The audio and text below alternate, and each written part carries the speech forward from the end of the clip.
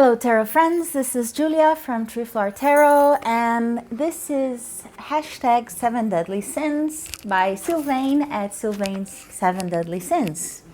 This was a really fun tag to do, and the only thing I gotta say is, man, why you gotta make a soul search?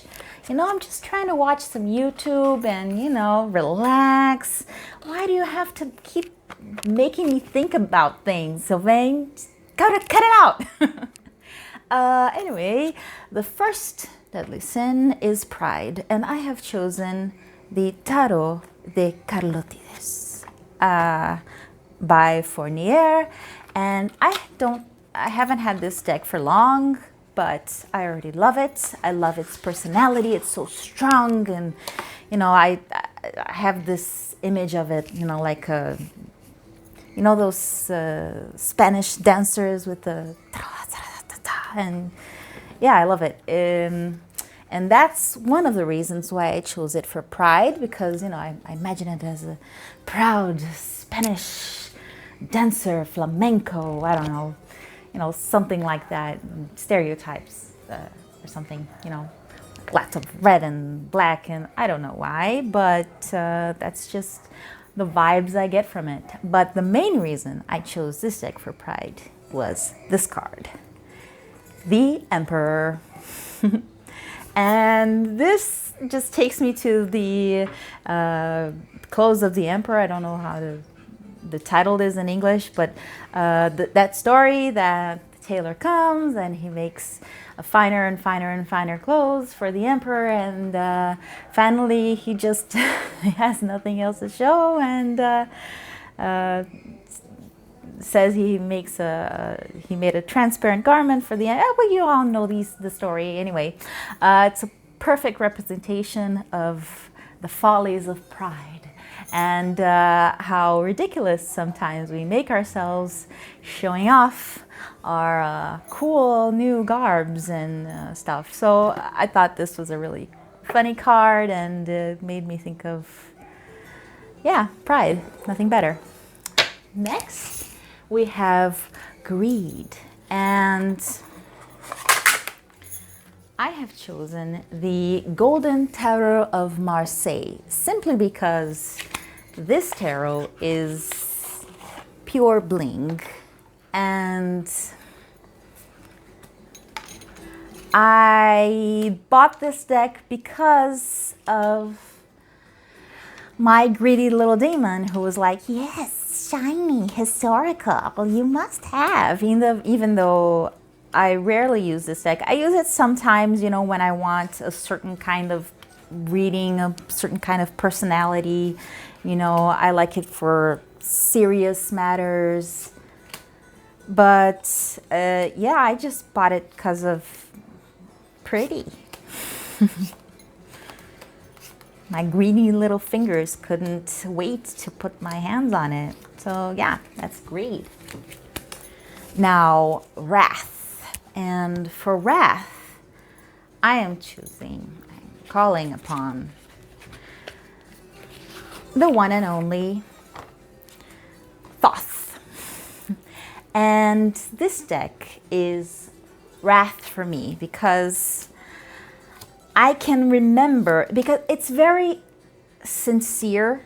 It's a very sincere deck for me. You know, it cuts to the chase and it makes you bleed. You know, it goes right into that little soft spot. And, you know, I've considered using this deck when I'm particularly aggressive towards certain things that I may or may not want to see. So it's, you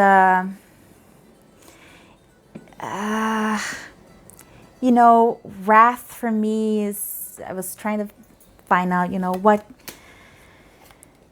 constitutes this wrath, and it's a negation of things, and I think it can bring on that very combative Mars, aggressive energy, and yeah, I've considered even using it as a weapon. You know, I have to do a reading for someone. I just You know, I want to see some truths. It's like the worst thing you can do to someone is like, I just hope you grow spiritually. Huh. It's the thought is that. It's like spiritual growth almost as a weapon, you know, like, well, anyway, yeah, that's wrath. Now, envy. I don't have anywhere to put decks anymore. So envy is, and I have it in this wonderful bag, the Fantastic Menagerie Tarot by Baba Studios. And I have this deck because the wonderful, fantastic Katie Flowers has it. And I've always envied her deck. I've actually envied lots of Katie's decks because I tend to really like the decks that she chooses, that she has. This is in order, I think, yeah.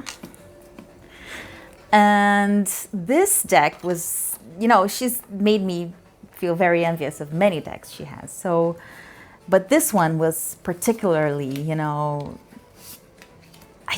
I wanted it so bad. And every time she did a video with it, I can remember just, why does she have all the coolest decks? I need that one. And it was out of print for the longest time. But it came back into print for a little bit. I don't know if it still is. I don't think so. And I got it finally. I was like, yes. And I love it. It really does have a great sense of humor. And it's even prettier in person because I don't know if you can see it shimmers. It's a very envy-inducing deck. Now, lust. And for lust, I have a perfect deck. This is the Garden of Love by Usi. And this deck is very cheeky and lustful, and it's very playful in its lustiness, which I love. This is the title card. And I love this kind of playful, lusty thing. You know, it reminds me of, you know, just playing around the couple, you know, like titties, yeah. Smack that butt. And it's not heavy, but it's still erotic and playful, and I love it a lot. And yeah, lots of cool stuff. It just makes me laugh so much. I love it. Lust. The Garden of Love by Usi. Now, Gluttany. And this was a difficult one to respond to because I am so prone to gluttony. You know, I have what they call a chubby spirit. You know, I always want more. And for this one, I don't have one deck, but lots of decks. And it's the Anima Antiqua series by Los Carabeo. And I have a whole bunch of them. They never stop because I had to catch them all.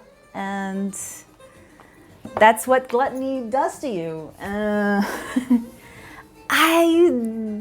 just had that thing, you know, that tarot, you have to have all the historical decks, and they were a set, and I have to have all of them, and I couldn't stop buying them one after the other, no matter what. So yeah, Gluttany, lots of decks, and I'm not gonna, well, I don't know, I might open this one. This one is the Egyptians. It's an Atea deck, Atea inspired deck. I don't know if it's reproduction. And you can see how much I know about these decks and how much I have fiddled with them, because I know nothing about them, because I just bought them out of Gluttany and I still haven't gotten around to playing with them. But they will. I'll get around to it. Right now I've just, you know, leered at them and drooled over them.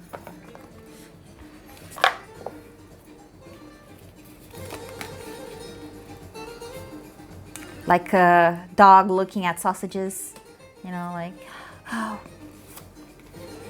pretty, yes.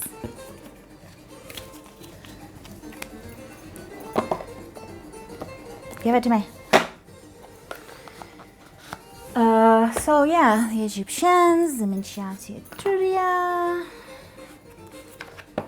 I'll just show a few decks, you know, historical decks.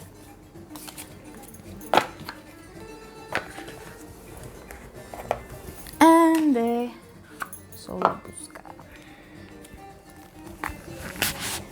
See, it's even stiff. Gluttony, Gluttony, Gluttony.